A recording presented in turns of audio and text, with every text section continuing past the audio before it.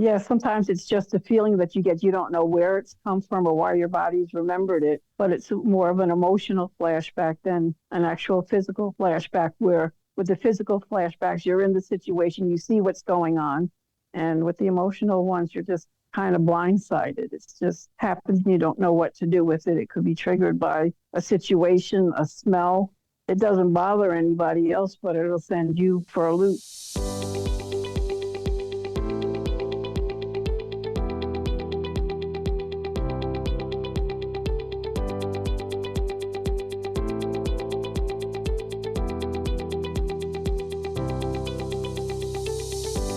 Welcome, and thank you for joining me for another episode of Sexual Assault Survivor Stories, the SAAS podcast, coming to you from the Podvlog studio in St. George, Utah, and produced by Markel Consulting, LLC. I'm your host, Dave Markel.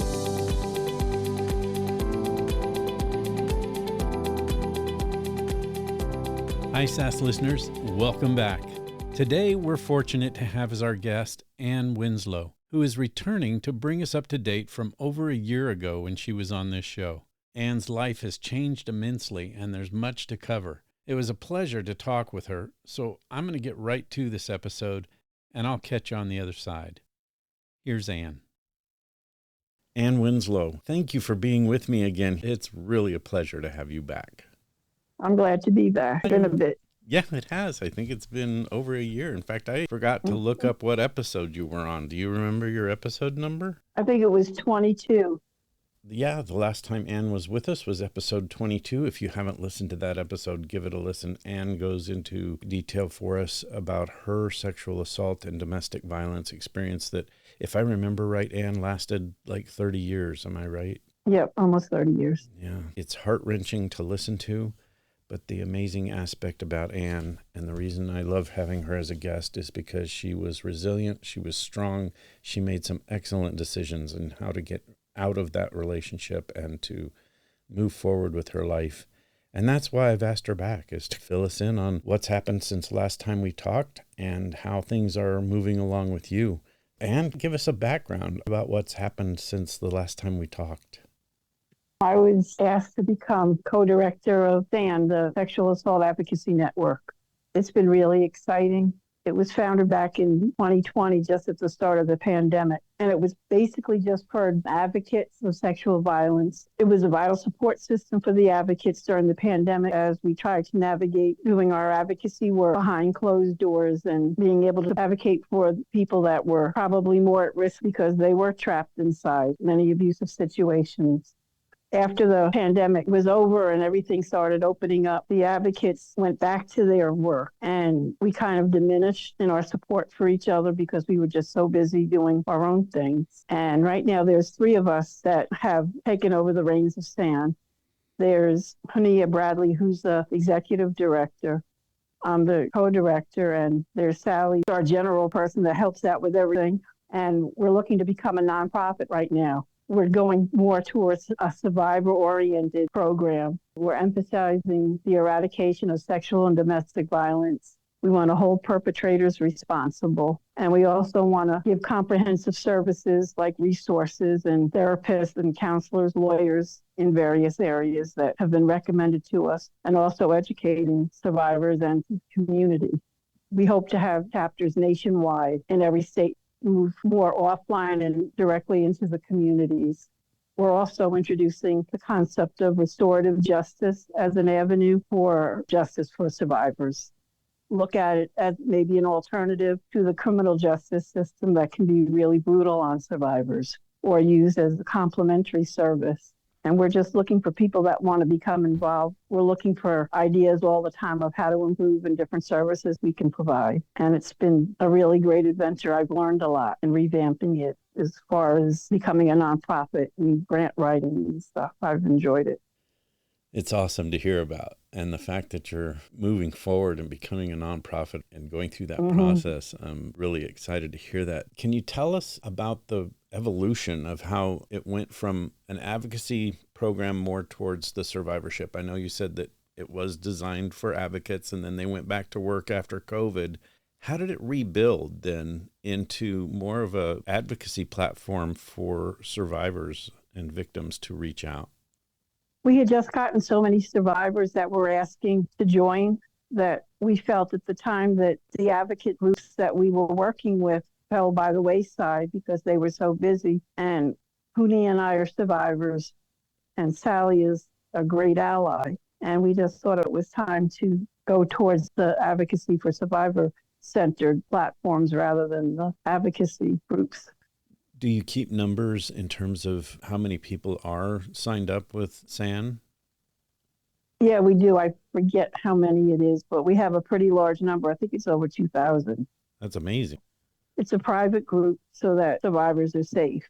And we have questions that vet the people before they join. And we often go and look at their pages just to see what's on their pages to try and keep perpetrators out. And we're quick to act if anybody finds any comments offensive or if they don't feel safe. We don't hesitate to remove comments, and we usually tell the person why. I know when I joined, it was through Facebook. And that's, in fact, where I first saw your name and how I associated with you, because you kept posting kind of almost daily, if not every other day or so, support comments about SAAN. And I was struck by your writing. And you are one of the most articulate, even as we speak. I love listening to you, but you're writing about the depth and sensitivities of your own personal experience, and then extending that out and explaining to others in just a very few short words how impactful that damage has been, but how healing survivorship can be. I'm just so impressed and so thrilled that you responded when I first reached out to you and agreed to be on the show originally, and that you're back. I just mentioned that because I want everybody to look at the Sex Assault Advocacy Network page on Facebook and look for those posts that Ann has done, because they are so insightful and so well written. And your episode has been quite successful too. So I appreciate you, Ann. Thank you. I enjoy writing about it because it just seems that people just don't understand, that haven't been through it. They don't understand why it's over and we just can't get over it and leave it in the past. I try to explain it to help others too that may think that they're going crazy and not realizing that what we're going through is a normal reaction to an abnormal situation, I think Judith Herman had said. The education that my therapist provided was so helpful to me. Just realizing why I did the things I did and still do today. It just helps knowing that you're not going crazy and that you're not the only one that experiences it. Are you able, Ann, to talk a little bit more about your survival and healing journey and what that looks like today? I don't see a therapist on a regular basis now, but I am in a trauma support group run by Linda Vitti. And that's helped a lot too, just having a place to check in and someone to call if I need help. I'm in a relationship right now, and the man has made me feel incredibly safe, and things have started kicking up just because I am in that safe space right now, and things can come up because I do have that support system. He's not formally trauma informed, but he's amazing with the way he's helped me through situations. It's the best thing that I've had, but we've had some pretty rough spots with things kicking up. So it's a blessing and a curse. I think many times we don't have those things come up until we are in a situation where they do show themselves again. If you've been sexually abused or sexually assaulted, there are issues that are going to come up around sex. If everything happened in a bed, there may be issues around the bed. And depending on how your partner reacts to it, it really can do more harm than good, or it can really ease you into resolving those issues if the person is patient and gentle and just has that intuitive sense of when to push you and when to back off, know when you need to be grounded. So I think it's always an evolving thing, no matter what situation you're in, and hopefully you're with somebody safe that knows what to do, either intuitively or because they've been trauma trained. I'm so happy to hear that you're in a relationship like that, Ann. That's amazing and good. Congratulations for that relationship. Congratulations also for being with someone who is supportive and caring and keeps you in that safe space. I think that safe space is so incredibly important. Yeah. It is. Ann, tell us about your experience in gaining a trauma-informed knowledge base. My therapist was very big on trauma education. She pulled a lot from Judith Herman, Bessel van der Kolk, Gabor Mate, and she had a plethora of others. She gave books to read, and we talked about it. And every time I had an experience, she would say that it happened because, and then she would give a reason why, that your amygdala took over and caused you to do this. That's the reptilian part of your brain that's just bent on getting you to survive. We'd come back and then discuss why it took over the way it did and kind of try to explore what triggered it and what past events it may have been triggered by. And sometimes there were no answers, and that was okay too. I think that's an important part of being trauma informed as you're healing, is that sometimes there aren't answers. Sometimes there's memories that come up that don't make sense and don't seem to fit in with any other part of our trauma experience. And we kind of wonder, well, where did that part come from? One of the things that helps victims on their healing journey to move more towards survivorship, that helps survivors, is that knowledge that not everything's going to be answered. Sometimes the more we try to answer questions that come up, memories that arise, and we try and fit them in, the more effort we put into it, the more frustrated we become, the more trauma can be impacted and cause us to spiral down. And we do have bad days. That's true with every survivor. But sometimes it's okay to let those go. And maybe it'll come up again later. Maybe those answers will be there. Have you experienced situations like that? Yeah, sometimes it's just a feeling that you get. You don't know where it's come from or why your body's remembered it, but it's more of an emotional flashback than an actual physical flashback, where with the physical flashbacks, you're in the situation, you see what's going on. And with the emotional ones, you're just kind of blindsided. It's just happens and you don't know what to do with it. It could be triggered by a situation, a smell. It doesn't bother anybody else, but it'll send you for a loop. People around you may not understand or do things that they think would be helpful, but are just totally out of what you need right then. And it's always helpful to ask, what do you need, rather than trying to touch somebody or do what you think would be intuitively touches something that helps everyone, but in certain situations, touch could be the last thing that you may need. That's incredibly important for people to hear.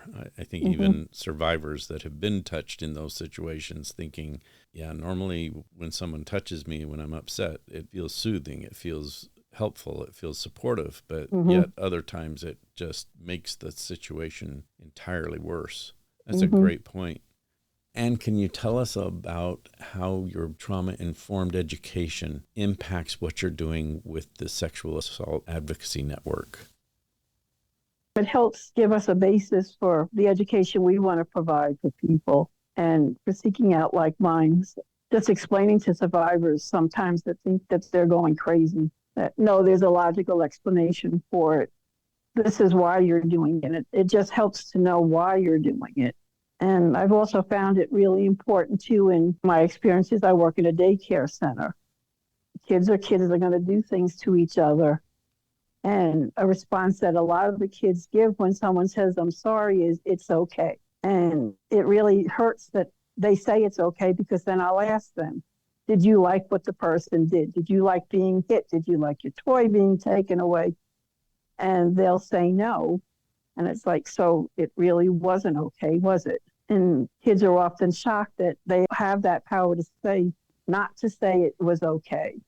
You know, I say you can say thank you or I forgive you. You don't have to forgive the person right now, because sometimes that takes a while, but you can always say thank you for the apology.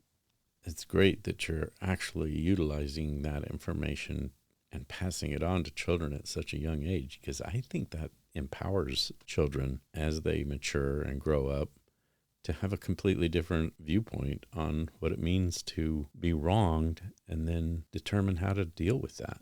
And being trauma informed, even if they don't know that's what they're being taught, this trauma informed aspect is so critical.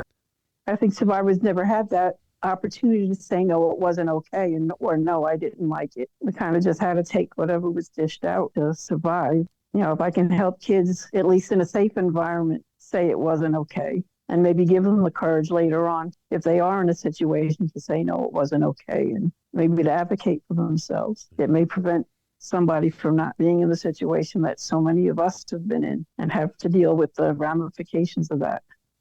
Great point. Yeah. Can you tell us about the path that led you to be the co-director of SAAN?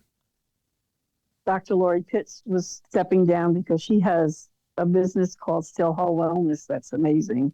And she wanted to concentrate more on her business. So she put a call out to people that wanted to possibly take over the position.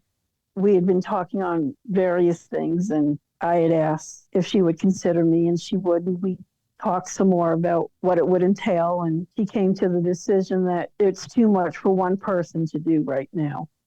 She decided that the three of us have worked together well in the past, and we're all on different levels and have different experiences that would really help SAAN. So she chose the three of us instead of just one. And I think it really works because we do bring different gifts to the table. And I don't think SAAN will be as well as it'll be without the three of us there and the different gifts that we have. I love how you call it gifts. Tell us about your gift and what it is that you bring to SAAN personally. And the other two women are younger than I am. I think my age helps in certain ways. My experiences and perspective of looking at it at a longer distance than their trauma has helped. I've been with SAAN since almost day one, so it's watching the evolution of SAAN from the advocates in the closed pandemic time to their diminishing involvement and now being able to revamp it to a survivor-based organization that I think is going to be really dynamic once we get it all together. Is SAAN available only through Facebook, or are there other avenues that people could become involved? We have a website that we're revamping. Also, it's SAAN, SAAN community.org that you can also visit. We're working on it right now, so there's some older stuff on there that we're going to look to get rid of. People can continue to go back to that website and watch on Facebook just to see the different changes that we're going to have. So if someone wants to become a member of SAAN, what's the steps that they would take? They would go to the SAAN page, and there's a button to join. And you'll be asked certain questions. Why do you want to become a member and things like that? And once you answer them and it's sent in, we'll look at them, and then we'll go to your Facebook page just to look and see how long your page has been up, because for us, it sends a red flag up if you've just made a page. You know, we're thinking it might be a perpetrator or somebody looking to get information on a member, and just your viewpoints to make sure that there's no real negative stuff on your page to prevent the safety of our members. And then we'll approve you. So there is that vetting process that you have to go through. To anyone who's listening, don't expect that just because you hit the join button that you're automatically going to be a member of SAAN, because there has to be that examination process, that vetting that verifies that you are who you are and truly involved in wanting to help yourself as a survivor, but also to help others, because it is quite an amazing community. And we don't hesitate. If people continue to make offensive posts, you'll be taken out of the membership just to prevent triggering and the safety of our members. We've had to do that sometimes, and we don't like doing it, but we know that it's necessary at times. Yeah, it's a critical aspect for sure. And last time we talked, you were going through some religious education and taking some steps to become a priest. And I know in our little conversation a few days ago, that has been put on hold. Can you tell us about that? Yeah, I can talk about it. I've had some health problems that I had wanted to take care of, and I didn't think that I would have time to devote to my studies, so I have put it on hold. But I think it's a really important aspect for survivors too, because people in the church have done so much damage to survivors that I think it's important to present a different religious outlook on the way faith is presented to people, that I really want to give that voice to survivors. I think faith and spirituality is a huge part of the healing process, if that's a part of your life. And could you tell us a little bit about that spiritual and faith aspect in the healing process and the survivorship road? I think a lot of Sunday school classes present God as either a damning God or God is presented as a superhero that will come in and swoop and save the day if you're good enough and you follow his rules. That's hard too for a survivor, that you may have had to compromise rules just to survive, or you have done everything and you feel like God hasn't even had the courtesy of flipping you the bird and just being told that it was God's will that this all happened to you. Why would you worship somebody that orchestrated you to be raped or abused? It's been a lot of prayer, and I've been blessed with finding people in the faith community that do have an alternative viewpoint, that God is loving, and it breaks his heart that people didn't listen to his commands and that it wasn't his will. And I think if you're patient enough, that may drive you to do things that will turn the situation around. Dr. Laurie has a phrase where the sexual assault didn't happen to me, it happened for me. Because I think in a lot of the situations you gain so many gifts, it may not seem like it in the beginning, but you get a sense of intuition that allows you to size people up in seconds that most people don't have. You have an intuition of situations, and you can read between the lines with people. And often what's not being said is so much more important than what is being said. And it's led so many of us to advocate and be vocal for the people that can't, just because we didn't have people to do that. And we want to try and spare others the same fate that we've had. I think everything you just said is so meaningful. And I'm hoping it's helpful to many of our listeners, because I know there are questions in a lot of people's minds. You know, it takes a lot of dark nights of the soul and really wrestling with God. But if you're willing to wrestle, he's willing to be there with you. That too is an important aspect. Our spiritual journey is understanding that we're human, we have human thoughts. God, or whoever it is that you as a listener have a belief system in, a higher power, a higher being. I think wrestling, that's such a great metaphor for what it is that we sometimes have to go through to obtain spiritual peace. And so many faiths don't allow you to ask questions.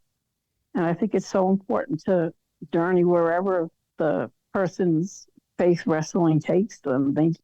You may not have the answers, because what my answer is isn't going to be your answer or anybody else's answer. You have to find your own answer and your own peace with whatever higher power you believe in. You know, to me, it's the journey that's important, not necessarily where you wind up. I think that's so important. And did you have anything in mind that you wanted to talk about that I haven't brought up or that I haven't asked you about? We had talked about the trauma center that I've been thinking about opening.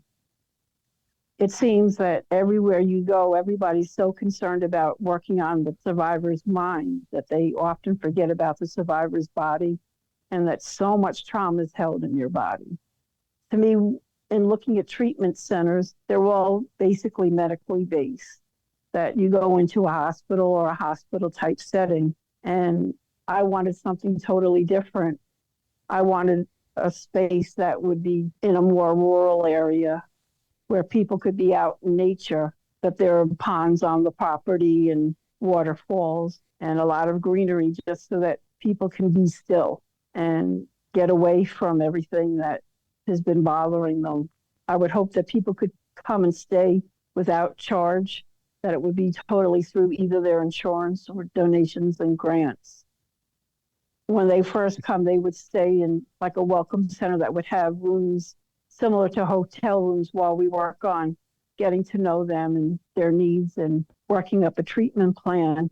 And then if they wish, they could move out to a cabin where they would share with one or two other people. They would have their own separate spaces that would allow them to have the security of being behind a closed, locked door.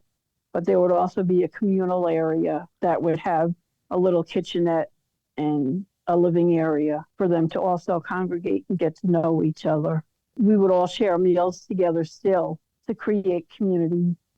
I would really like to offer services such as massage things that would release the somatic release of the trauma: acupuncture, guided meditations, equine therapy that address the trauma in the body as well as in the mind. I'd also like to partner with different colleges, universities, and trade schools to allow their students to experience what it's like to be involved with trauma clients, whether it's doctors or dentists or even like HVAC people, just to learn how to help trauma survivors through a medical exam or a dental exam, or even just coming into the house to work on a system, because that's often triggering just to have somebody in your house, at least for me, to have somebody come into my space, especially if I don't know them.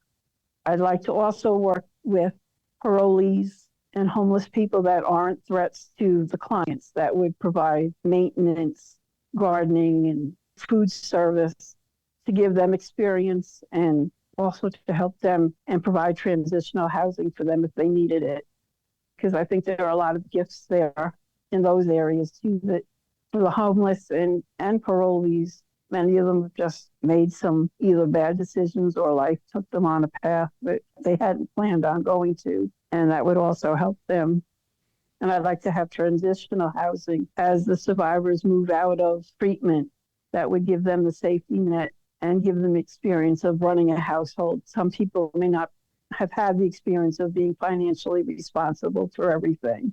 That would give them the safety net that if they did make a mistake, there would still be somebody there to help them make those decisions. It's just totally different than the treatment. And I think survivors would find a treatment center like that much more conducive to their healing. And I would also hope that they could bring their pets, because pets are such a vital aspect of healing. And so many times survivors are forced to make that decision of staying in a situation or sacrificing the support of their pet in order to receive the help they need. And it sounds like you have put a lot of thought into this. You maybe have been thinking about this for quite some time, because that's very thorough. Mm-hmm. Is this still just in the thinking process and the planning process, or have steps been taken to actually start a treatment facility like this? It's still in the planning stages. I'm looking at creating a business plan, and Dr. Lori Pitt and I have talked a lot about it, and she's guiding me.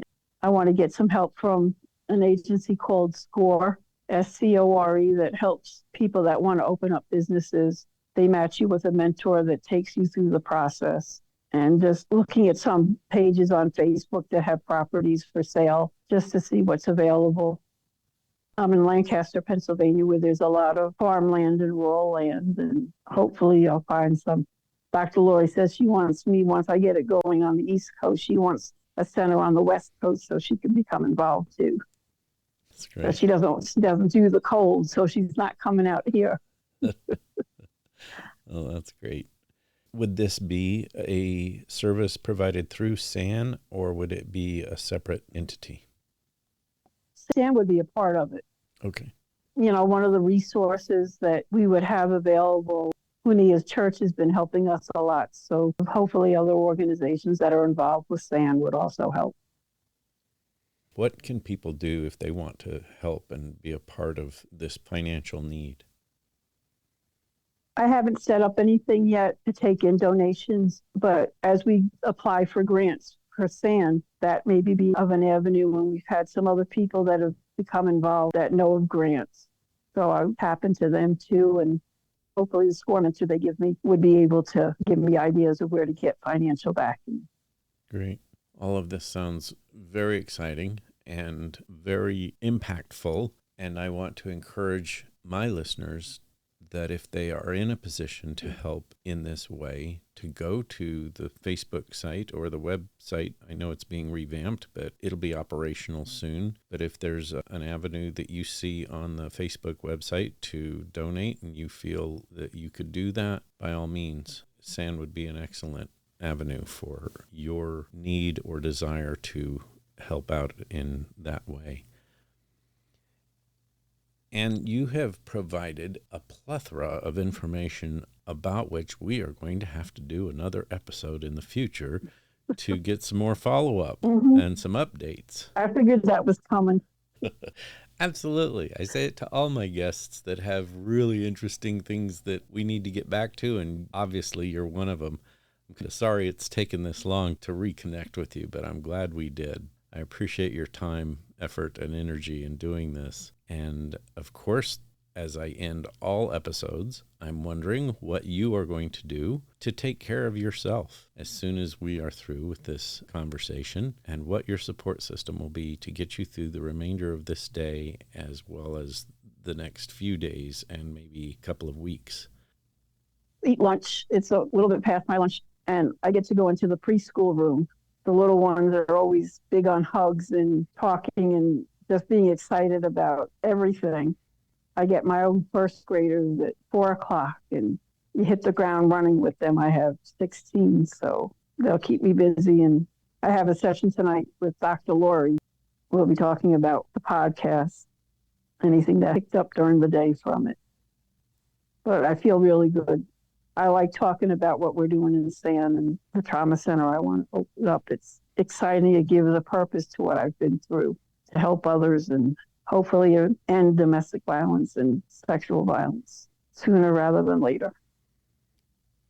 Such a great goal. And it's part of why this podcast exists, is to give a platform to the Ann Winslows of this world who are doing such important work in providing justice to victims and survivors of rape and sexual assault and domestic violence. And I appreciate you. I know my listeners do, and I appreciate the time you spent with me today. Thank you so much. Thank you for giving the platform to help survivors. I think it's so important. Thank you for that. I look forward to talking to you again. Maybe we won't wait so long. I was going to say the same thing. Hopefully it won't be a year and a couple of months. Yeah, let's do this sooner. And thanks. I'll look forward to it. Thank you. I will too. That does it for another episode of Sexual Assault Survivor Stories, the SAS podcast. My heartfelt gratitude and huge kudos go out to Ann Winslow for her new role as co-director of the Sexual Assault Advocacy Network, as well as all the work that she's doing with that organization, and for taking the time out of her busy schedule to join us for this episode of SAS. And thank you for being a loyal listener and for your continued support in telling others about this podcast. I am really pushing to make sure this podcast is available and heard by as many people as possible, because the email support I'm receiving from many of you is telling me how much this podcast has changed your lives for the better, and what a great support community this podcast is. I know there are so many more out there who need this podcast to bolster them as we go through our healing journeys together. So please help me get the word out about this podcast. I appreciate that more than you can imagine. Also, please continue to do your part to help bring justice to victims and survivors of rape and sexual assault by joining me in the End Violence Against Women International campaign to start by believing. Because we all know someone whose life has been impacted by rape or sexual assault. We'll see you next week.